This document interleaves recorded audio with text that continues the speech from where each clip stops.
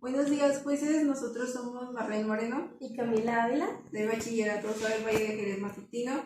Nosotros les vamos a presentar el aparato del pulsón toquecitos.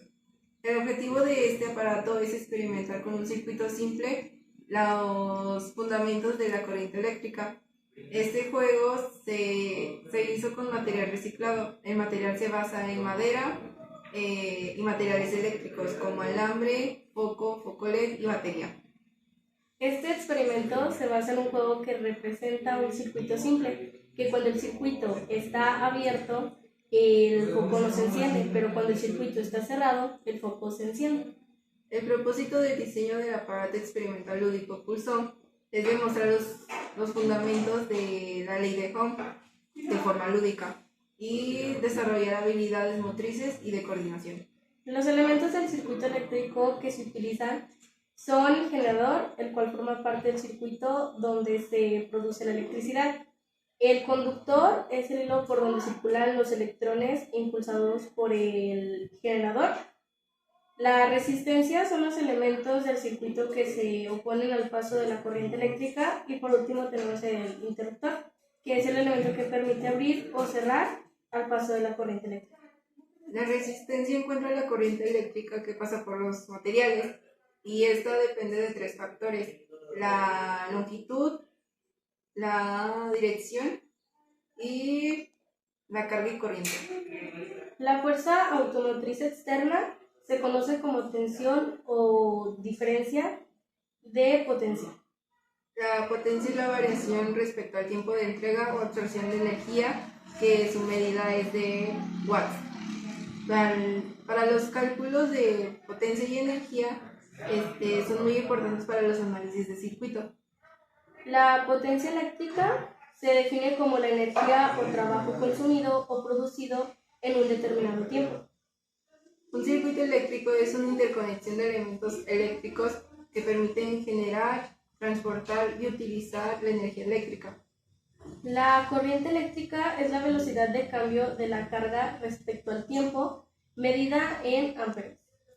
La carga directa, su tiempo puede variar de diversas maneras. Si la corriente no cambia con el tiempo y se queda constantemente, eso quiere decir que es una carga directa. La corriente alterna es una corriente que varía senoidalmente con el tiempo. La tensión es la energía requerida para mover una carga unitaria del elemento y esto se mide en voltios. La ley de Ohm fue lanzada en 1827 y se utiliza para la relación que existe entre la diferencia de la potencia, la intensidad de corriente y la resistencia. También la ley de Ohm dice que en un circuito eléctrico la intensidad de la corriente que lo recorre es directamente proporcional a la tensión aplicada e inversamente proporcional a la resistencia que se presenta. Los resultados son que en el circuito cerrado de la corriente directa el foco enciende, el voltaje se va disminuyendo y la resistencia queda constante. En el caso del circuito de la corriente directa pasa por el mismo, pero el flujo de electrones es bidireccional y va y viene en intervalos de polo negativo y positivo. La corriente directa, sus voltios no cambian y usan baterías.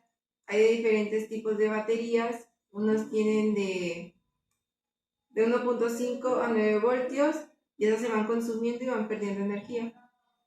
La corriente alterna, sus voltios se polarizan y se utiliza energía no renovable y no disminuye su consumo. En conclusión, se debe tener precaución con la corriente alterna, ya que la corriente eléctrica es empujada con fuerza por el voltaje y el flujo que los electrones tienen al tener contacto con el cuerpo. Este prototipo es de corriente directa, consta de una batería de 9 voltios, cables de calibre de 5, un alambre en el cual se puede ver que tiene figuras diferentes y un LED que alumbra de color rojo de 2.2 voltios y está armado de madera. Este prototipo es de corriente alterna, consta de un socket, cable eléctrico, tubo PVC, cinta de aislar, apagador y un foco LED de 10 watts que alumbra 125 voltios y tiene de corriente alterna 118 voltios. Tenemos el apoyo brindado de los asesores, expertos en el área, familiares, maestros, compañeros y alumnos de sexto semestre para el desarrollo y diseño del aparato didáctico.